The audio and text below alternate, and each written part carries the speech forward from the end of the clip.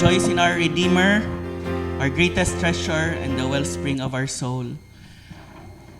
Once again, good morning sa lahat, and we thank and praise the Lord sa pag-gather niya sa atin this morning, sa pag-worship sa Kanya. We will continue our study on the book of Philippians, na bilang nyo na ba kung ikailang message na ito natin sa book of Ephesians. This is our 11th message sa book of Ephesians. Nasabi ko na last time that Ephesians chapter 1 verses 3 to 14 is one sentence in Greek. 12 verses sa Bibles natin, but it is just one sentence in Greek. It is one of the longest sentences in the Greek New Testament. In terms of length, it is second only to the genealogy of Jesus Christ found in Luke chapter 3 na nagtitrace ng lineage ni Jesus back to Adam, yung Jesus bigat, yung mga bigat-bigat na mga passages.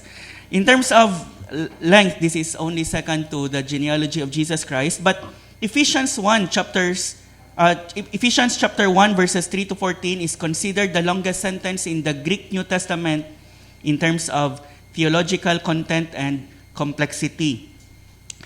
We have already looked at this sentence in great detail.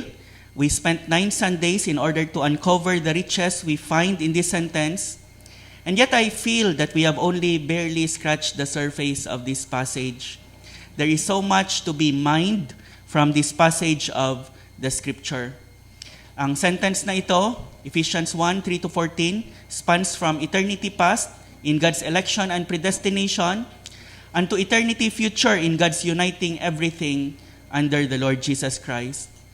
We can never fully fathom its depths, and so I commend this passage for your further study.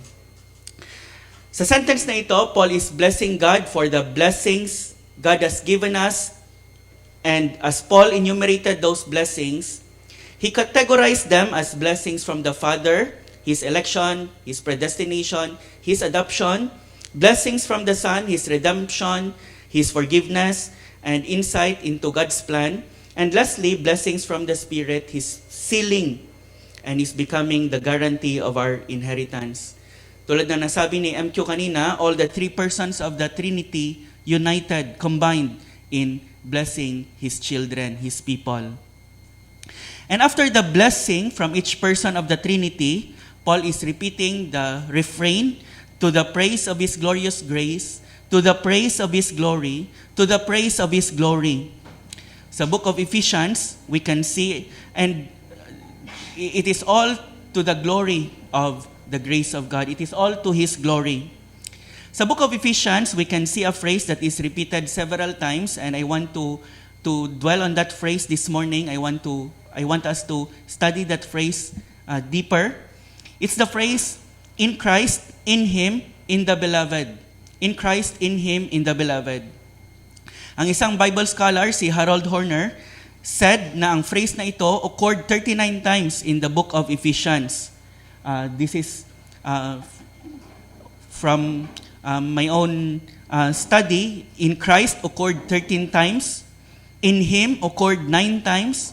In the Lord 6 times. In whom occurred 5 times. And so, palaging nag-o-occur ang phrases na ito in the book of Ephesians. Nakita na natin several times as we went through Ephesians chapter 1 ang mga phrases na ito as we went through Ephesians chapter 1 verses 3 to 14. This is not to count the other occurrences of the phrase, like in Jesus, it occurred 1 time, in the Beloved 1 time, with Christ 2 times, through Christ 1 time, through Him 2 times, by Christ 1 time. In the New Testament, makikita natin that the phrase in Christ occurs around 90 times in the New Testament. In Him occurs about 25 times. In the Lord appears approximately 45 times. 90, 25, 45. With Christ, we can find the phrase with Christ about 10 times. And by Him appears around 15 times. Napaka-Christ-centered ng Bible, we can say. These phrases occurred these many number of times. That is a total of 225 times if we add them all up. 225 times. So that we can really say, napaka-Christ-centered ng Bible natin, ng New Testament. This concept that believers are in Christ, in Him, in Jesus, is a concept that is very central sa New Testament.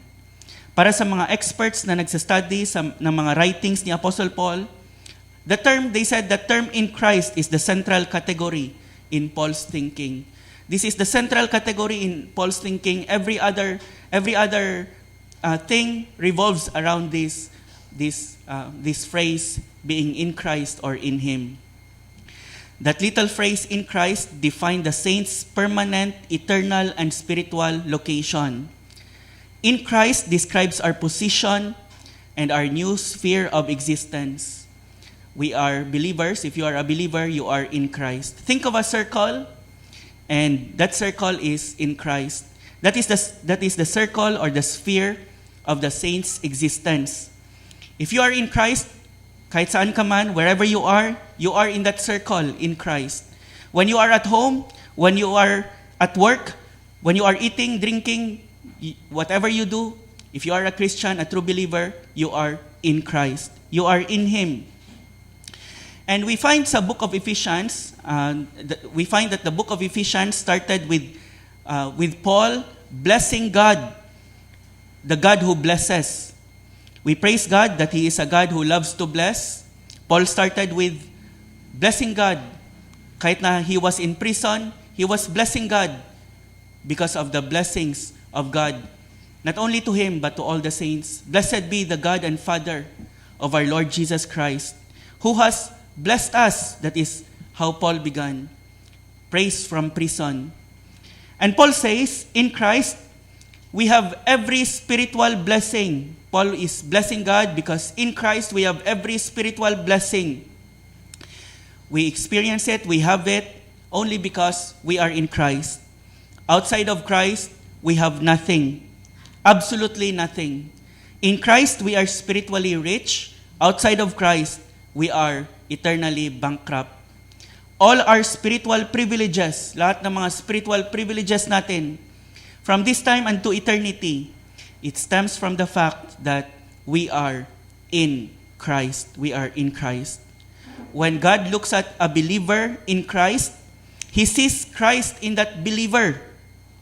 He sees the believer. That is why when we see ourselves sometimes as dirty, we see ourselves as defiled, sinful. But when Christ looks at the believer in Christ, He sees Christ in that believer. He sees that believer as holy, as righteous, as a saint, as His child, as His heir, and co-heir with the Lord Jesus Christ. 1 Corinthians chapter 1 verses 30 to 31 says, and because of Him, you are in Christ Jesus, who became to us wisdom from God, righteousness, and sanctification, and redemption. And by the way, ang word na righteousness there, it has, ang word na sanctification there, it has the same root word as the word righteous, saint, holy. Jesus Christ has become our sanctification. When Christ looks at us, when God looks at us, He sees us with the righteousness of Jesus Christ, clothing us. He sees us as sanctified because of the righteousness of the Lord Jesus Christ. He is our sanctification. He is our all in all. Another illustration of being in Christ is not just a circle, the illustration, not just a sphere, the illustration used by Jesus Christ Himself. Another illustration is the illustration of a branch being connected to the vine. You can say that when the believer is connected to the vine, the branch is in the vine. The vine is the Lord Jesus Christ. This is the illustration that Jesus Christ Himself used of the Christian life. According to the New Testament, and especially sa kay Paul, to be a Christian is, in essence, to be in Christ, one with Him and one with His people. Detached from the vine, we are dead. It's only a matter of time that a person, that a branch detached from the vine dies. Detached from the vine, we are dead. It's just a matter of time. Attached in the vine, in Christ, the person not only lives, but bears much fruit for God. Ang concept na ito is very important in the New Testament. A true Christian is not just someone who believes in Jesus. A true Christian is someone who is in Christ, placed in Christ by God Himself. A person who is for a Christian, a true believer is a person who is forever joined and intimately united to the Lord Jesus Christ. And so I don't want to leave Ephesians chapter 1 verses 3 to 14 without looking into greater detail that phrase, in Christ, in Jesus, in Him. Ang tiny prepositional phrase na ito means everything. It means eternal life. It means every spiritual blessing. It means eternal salvation. It means abundant joy. It means fruit-bearing. It means everything. And so I want us to review that phrase and what it implies in our lives. And before we start, I'd like us to commit our time to the Lord once more. Oh Lord, what a privilege it is to be in Christ. We were once outside of Christ without any hope in the world, without true joy, without any spiritual blessing, bankrupt and should have been bankrupt for all eternity. But oh Lord, we thank you for the privilege of not just believing in Christ, but being placed in Him, so that now, wherever we are, whatever we do, we are in Christ, and we will be forever in Christ. Help us now, O Lord, as we study this phrase further, and as we dig more of its riches. We commit our time to you, O Lord. In Jesus' name we pray. Amen. I will give two implications of what it means to be in Christ. Ephesians chapter 1, as I have said, verses 3 to 14 says, it says that God has so much blessed the believers. He has blessed us with every spiritual blessing in the heavenly places. Not necessarily physical, material blessing, but every spiritual blessing, the blessing that lasts for eternity. Not in all earthly places necessarily, but in heaven, in the heavenly places in Christ. And I would just like to know two things about how God has blessed us in Christ, about what that phrase means from our passage. And firstly, it means Jesus is the only basis of God's blessings. Jesus is the only basis of God's blessings. Pasensya po sa maling spelling. I-edit na lang ni Cloyd. Jesus is the only basis of God's blessings. Ephesians chapter 1 verse 3. Blessed be the God and Father of our Lord Jesus Christ, who has blessed us in Christ with every spiritual blessing in the heavenly places. God has blessed us in Christ. Ephesians chapter 1 verse 4.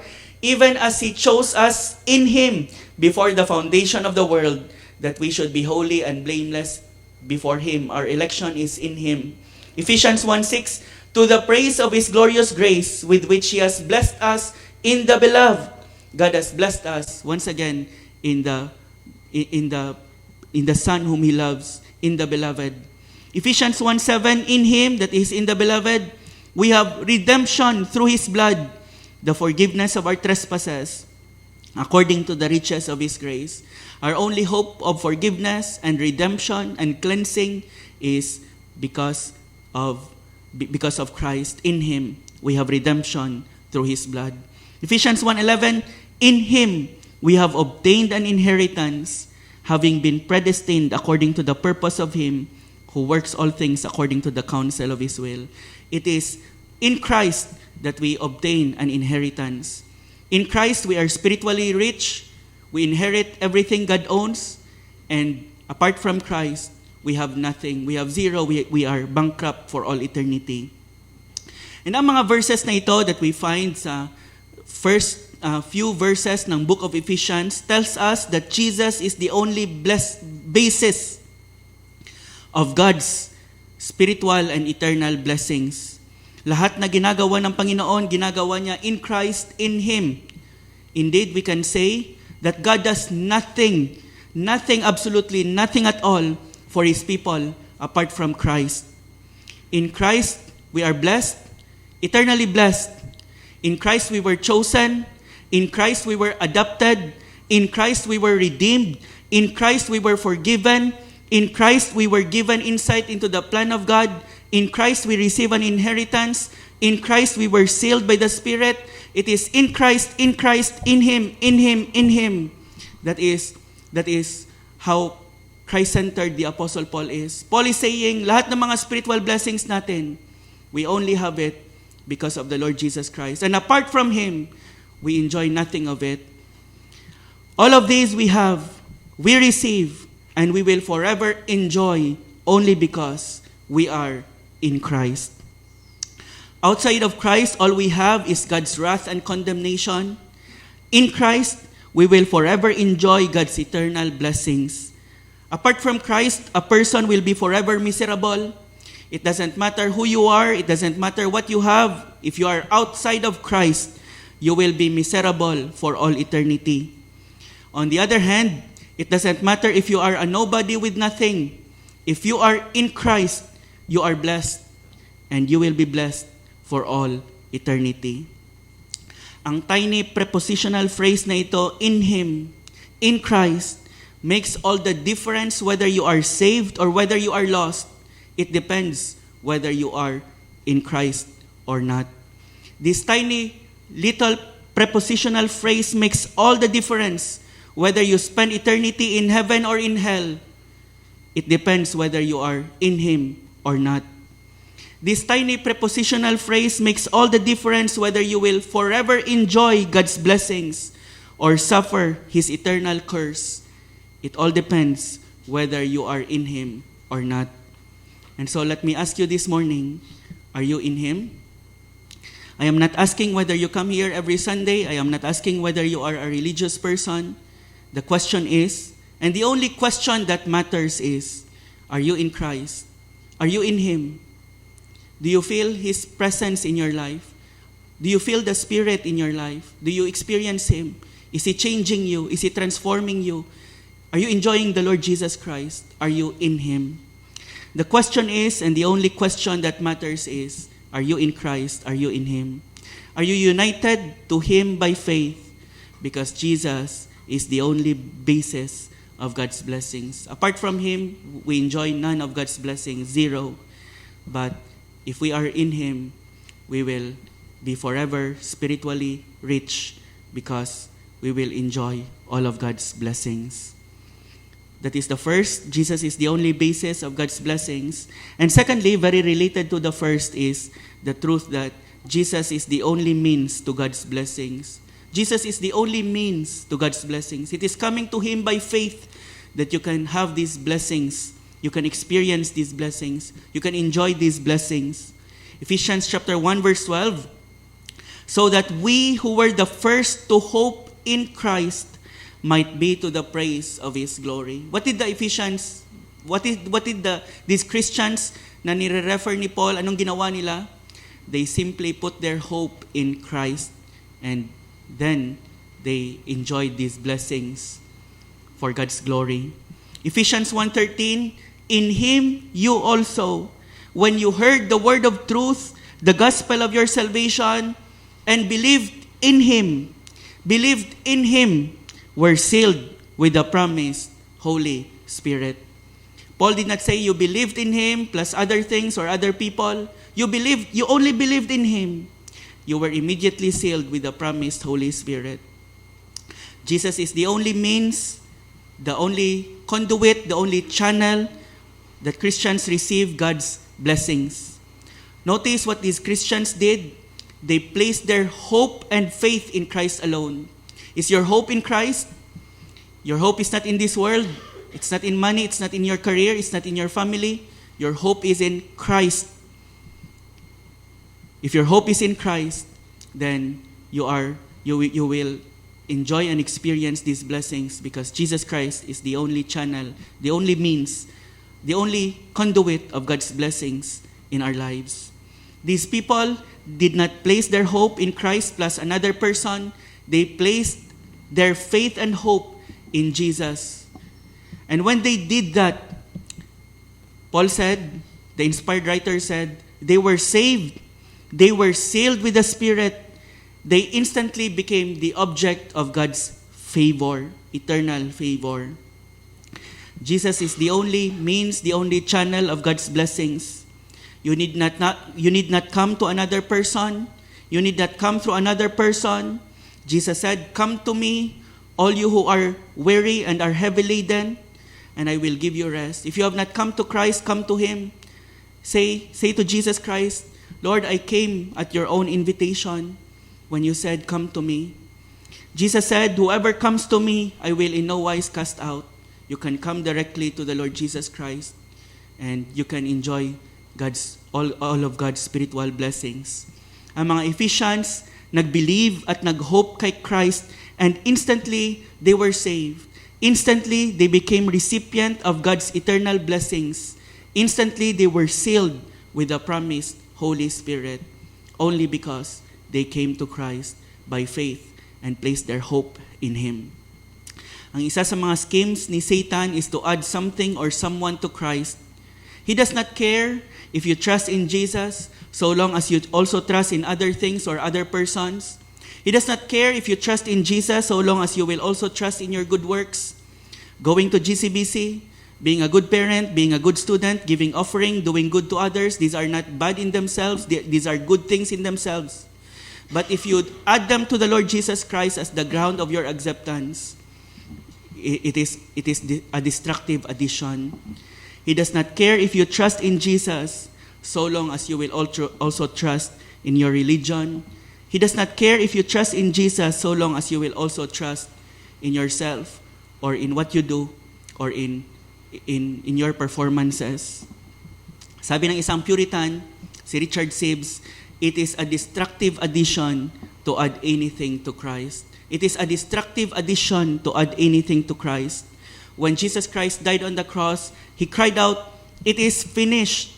It means we need not add anything to His finished work. He has completed the payment for a person's salvation, and adding anything to the payment He made will be an insult to His finished sacrificial work, substitutionary work on the cross. It is a destructive addition to add anything to Christ. Ang mga Ephesians, they did not add anything to Christ. In Him, you also, when you heard the word of truth, the gospel of your salvation, and believed in Him, were instantly sealed with the promised Holy Spirit. There is an exclusivity to the Christian faith. It is not Christ plus something or Christ plus someone. There is an exclusivity to the Christian faith. That is why maraming mga tao, tinatawag ang mga Christians na bigots, because Christians refuse any other way of salvation other than salvation through the Lord Jesus Christ. And Christians refuse to add anything to Christ for salvation. This is because this is what the Bible says. Jesus said, "I am the way, the truth, and the life." Jesus Christ used the definite article, the, translated sa English. Had Jesus used the indefinite article, "I am a way, a truth, and a life," it means there are other ways, other truths, other lives. But Jesus said, "I am the way, the truth, and the life," which means there is no other way, no other truth, no other sources of life apart from the Lord Jesus Christ. And He said, "No one comes to the Father except through me." That is very exclusive to me. No one comes to the Father except through me. Are you wondering about? You don't know the path to salvation? Jesus is the way. Are you confused? You don't know what to believe? Jesus is the truth. Are you dead and eternally hopeless? Jesus is the life. Come to Him. Come to Him alone. Someone has said, "Without the way, there is no going. Without the truth, there is no knowing. Without the life, there is no living.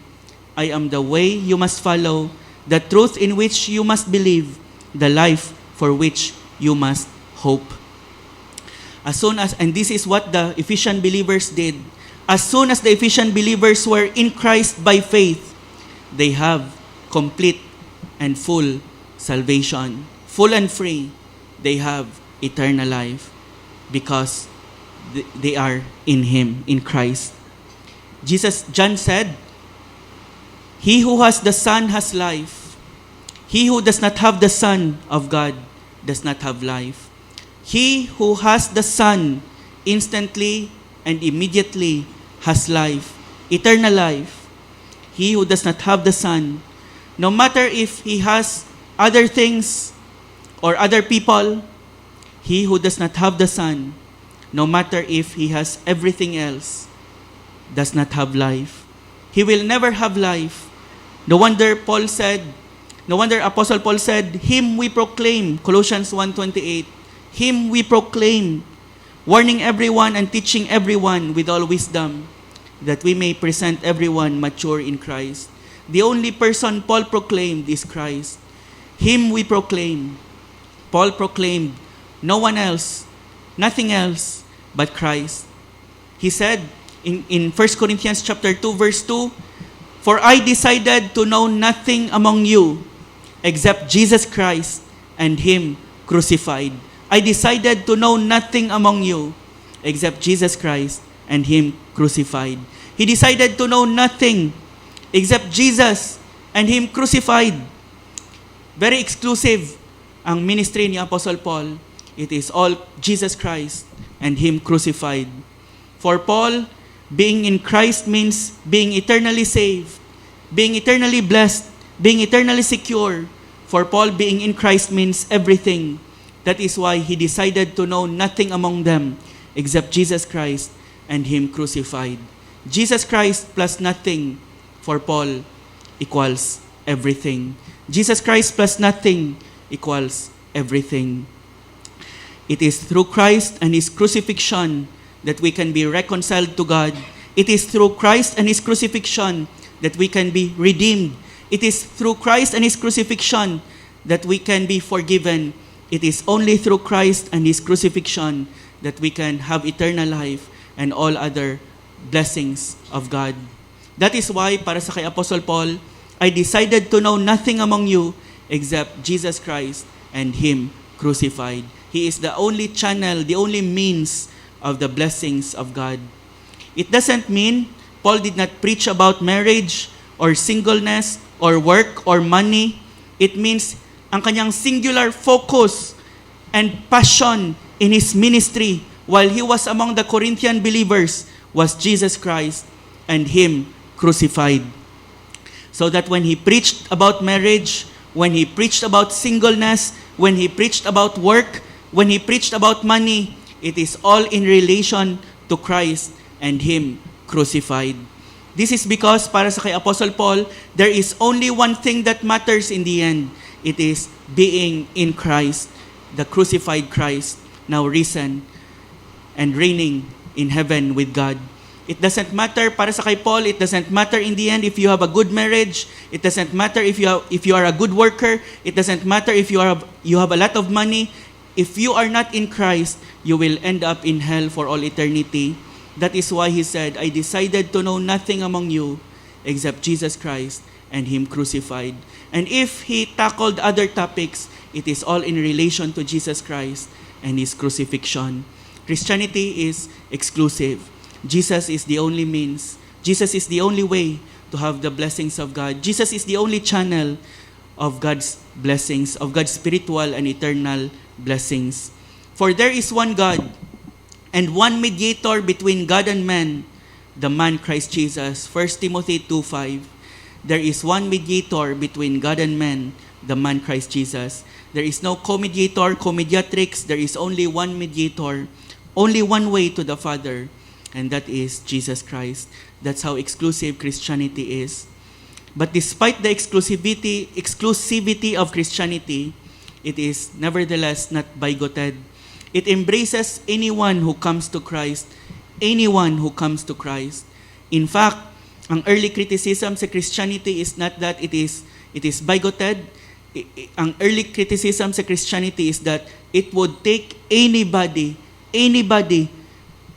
it would take anybody, slave or free, rich or poor, man or woman, Greek or barbarian, all were accepted, all were welcome. It doesn't matter who a person is, so long as that person comes to Christ, and so long as that person is placed in Christ, that person is eternally accepted by God for all eternity.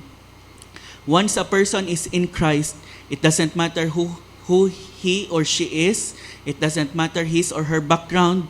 She has God and all that God has to give.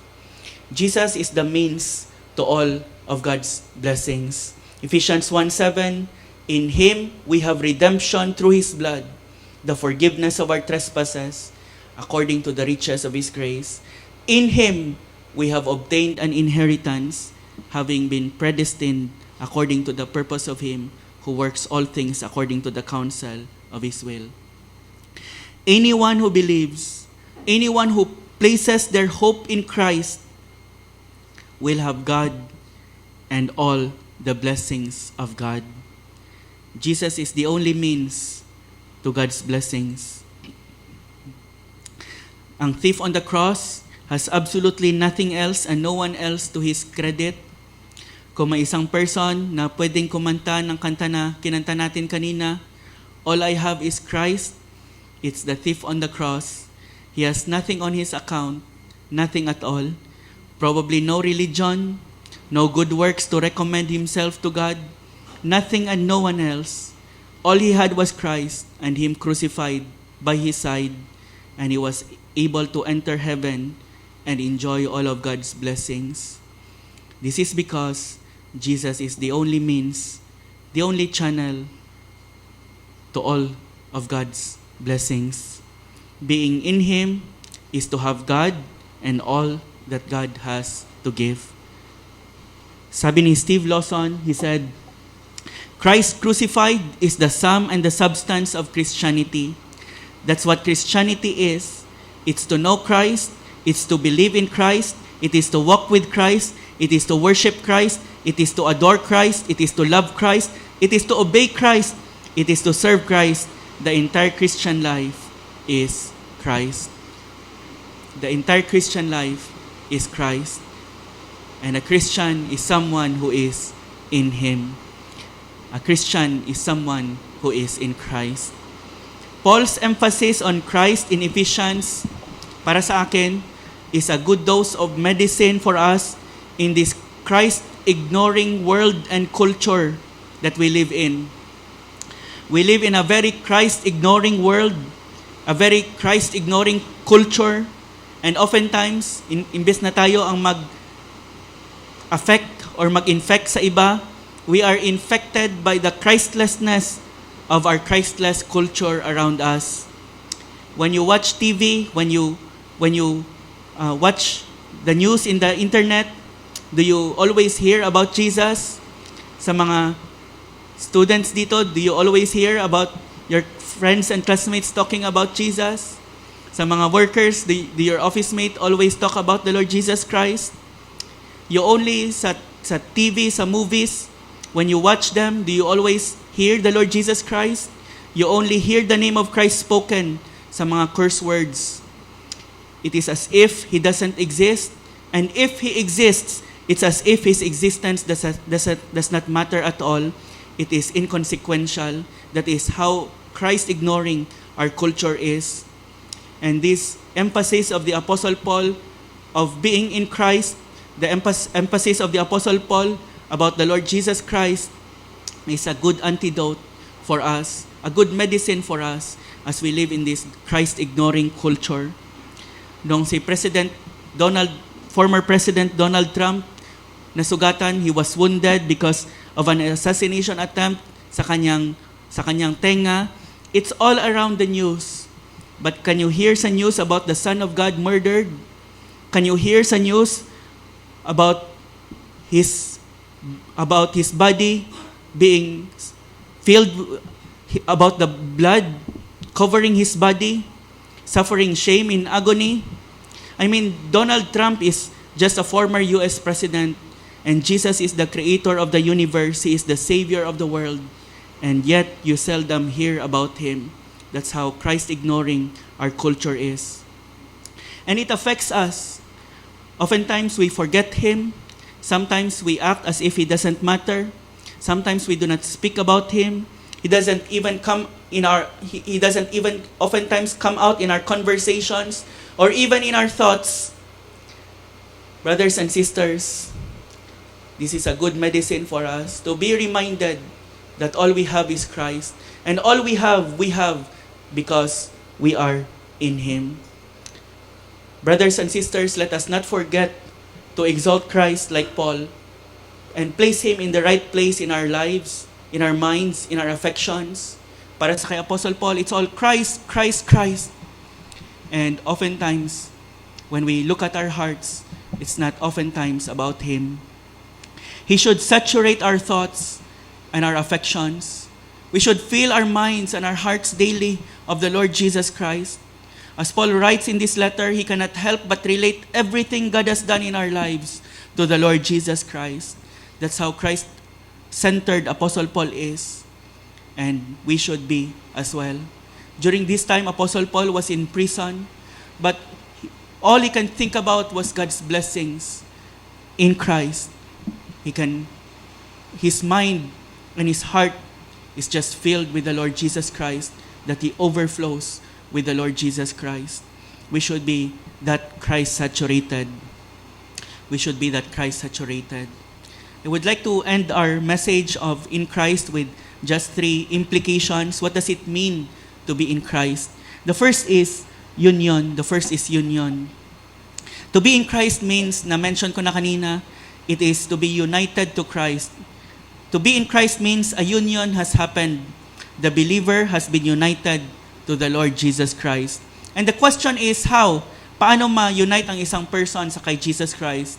And the answer is, by faith. That is what the Ephesians did. They believed in Him. They put their hope in Him. They believed in Him. Meaning to say, ang belief nila is not just a mental knowledge. It means they placed their hope in Him. They placed their hope in Him. It is a hearty knowledge. It is an intimate knowledge. It is believing in Him not just in the mind, but in the heart, and resting their lives, their souls in Him. Ephesians 2:8-10, for by grace you have been saved through faith, and this is not your own doing. It is the gift of God, not a result of works, so that no one may boast.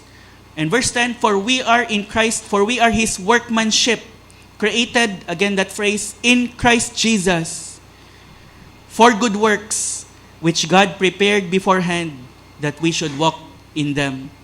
When the Ephesians believed in Christ, they were placed in Christ Jesus. They were created in Christ Jesus. They were created for good works, which God prepared beforehand, that they should walk in them. It is through faith. Sabi ni Apostle Paul, Galatians 2:20, marami sa inyo probably has this as their life verse. Galatians 2:20, I have been crucified with Christ. Crucified with Christ, that is being united with Him in His death, being united with Him in His burial, being united with Him in His resurrection. That is why, Jesus Christ commanded every believer to be baptized as a symbol of being united with Him in His life, death, burial, in His resurrection. I have been crucified with Christ. It is no longer I who live, but Christ who lives in me. That is union. Christ who lives in me. And the life I now live in the flesh, I live by faith in the Son of God. I live by faith in the Son of God who loved me and gave Himself for me. That is the life of the Apostle Paul. For him, he does not live. Christ lives in him. And how does that happen?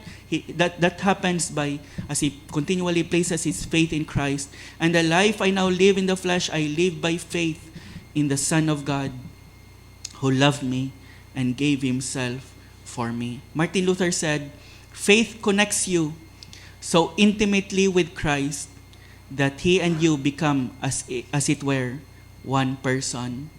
Faith connects you so intimately with Christ that He and you become, as it were, one person. You are crucified with Christ. When Christ died, you died. When Christ was buried, you were buried. When Christ was raised again from the dead in newness of life, you were also raised in the newness of life. Are you in Christ? Are you united to Him by faith? Only one person loved you. so much that He gave Himself for you. That is the Son of God. And para sa kay Apostle Paul, I want to live for Him. I want to live by faith in the Son of God who loved me and gave Himself for me. Be united to Him. How? The answer is by faith. Probably you have heard of the illustration of faith, often likened to sitting in a chair. Faith in the chair, if you have faith in the chair, you do not go around the chair or just touch the chair. When you have faith in the chair, that the chair will hold you up when you sit on it, you will sit on the chair trusting that the chair will bear your entire weight. Faith is putting your whole weight in the Lord Jesus Christ. It is resting fully in Him without holding yourself up, knowing that when you come to Christ, He will carry you. He will carry your sin. He will bear you up, and He will uphold you. Are you resting in Christ? Are you resting in Christ by faith? Are you united to Him by faith? That is the first, union.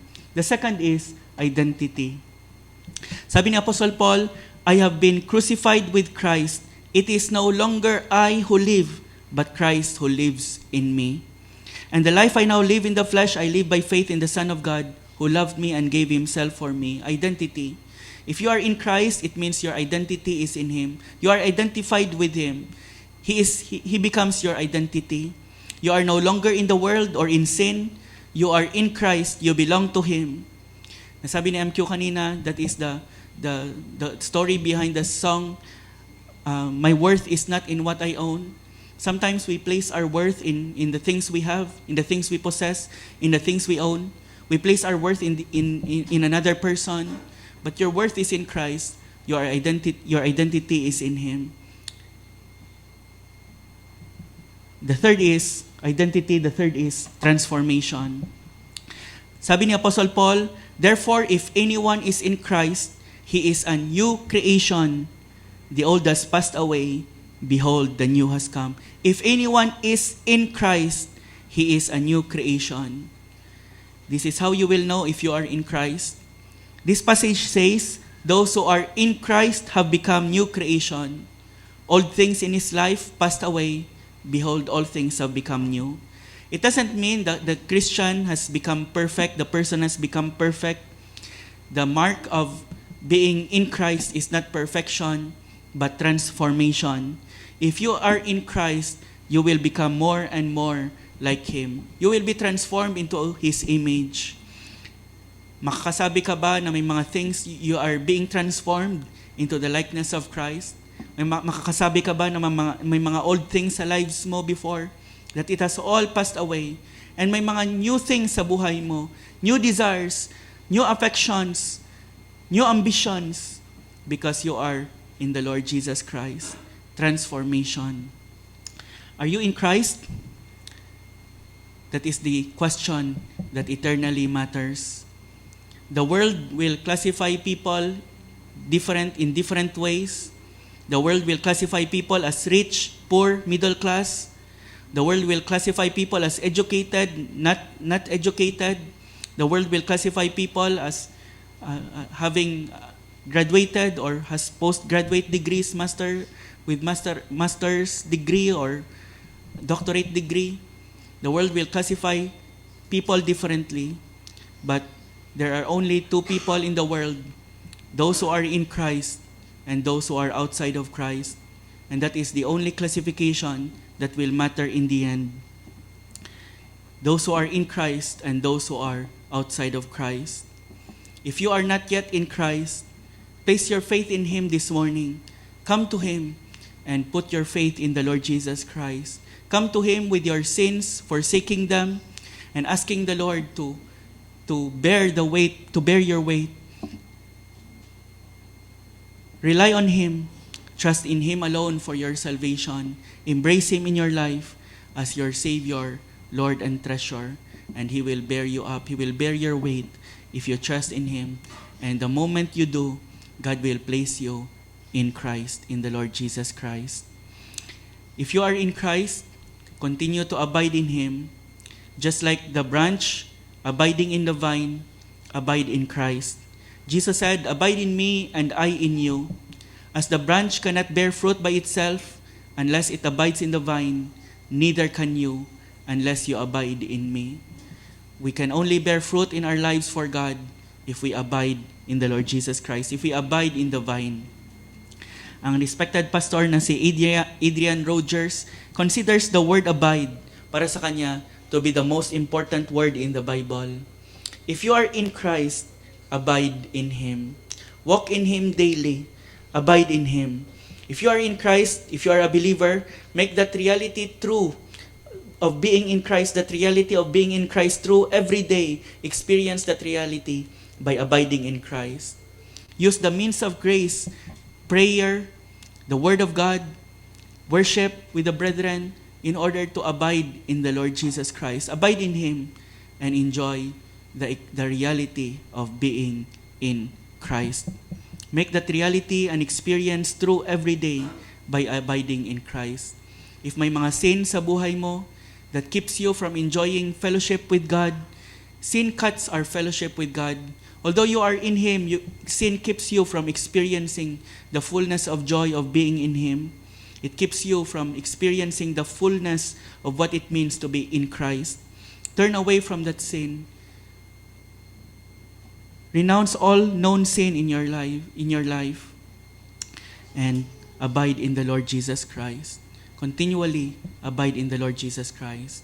I will close with what one Bible commentator said. He said that, this Bible commentator said that when Paul spoke of the Christian being in Christ, he meant that the Christian lives in Christ as a bird in the air, a fish in the water, the roots of a tree in the soil.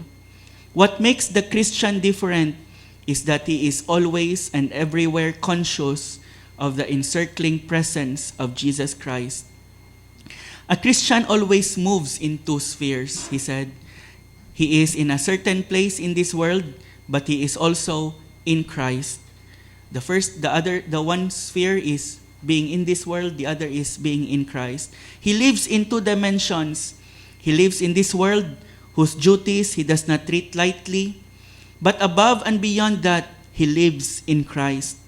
In this world, he may move from place to place, but wherever he is in Christ. That is why outward circumstances make little difference to the Christian. His peace and his joy are not dependent on them. That is why he will do any job with all his heart. It may be menial, unpleasant, painful. It may be far less distinguished than he might expect to have. Its rewards may be small and its praise non-existent. Nevertheless, the Christian will do it diligently, uncomplainingly, and cheerfully, for he is in Christ and does all things as to the Lord. We are all in our own Ephesus, but we are all in Christ, and it is Christ who sets the tone of our living. We live in our own Ephesus, but we are all in Christ, if you are a believer, a true Christian, and it is Christ who sets the tone of our living. Is He setting the tone of your living? As you live in this world, this one sphere, the world, do you live in that other sphere in Christ, daily conscious of His presence and doing everything for the glory of His name? Let's pray. Lord, we thank You for placing us in Christ when we were outside of Him. You placed us in Christ, Lord. You caused us to believe in Christ, to embrace Him in our lives as our treasure, as our Lord, our Savior. Lord, I pray that You will help us to continually abide in Him and experience the fullness of that reality and joy of being in Him, in Christ. I pray, Lord, for everyone who are here who may yet be outside of Christ, that You would cause that person, Lord, to see his or her sinfulness and to see the sufficiency of the Lord Jesus Christ to save and to bear him or her up, if only he or she will put his or her faith in the Lord Jesus Christ and rely in Him alone. In Jesus' name we pray. Amen.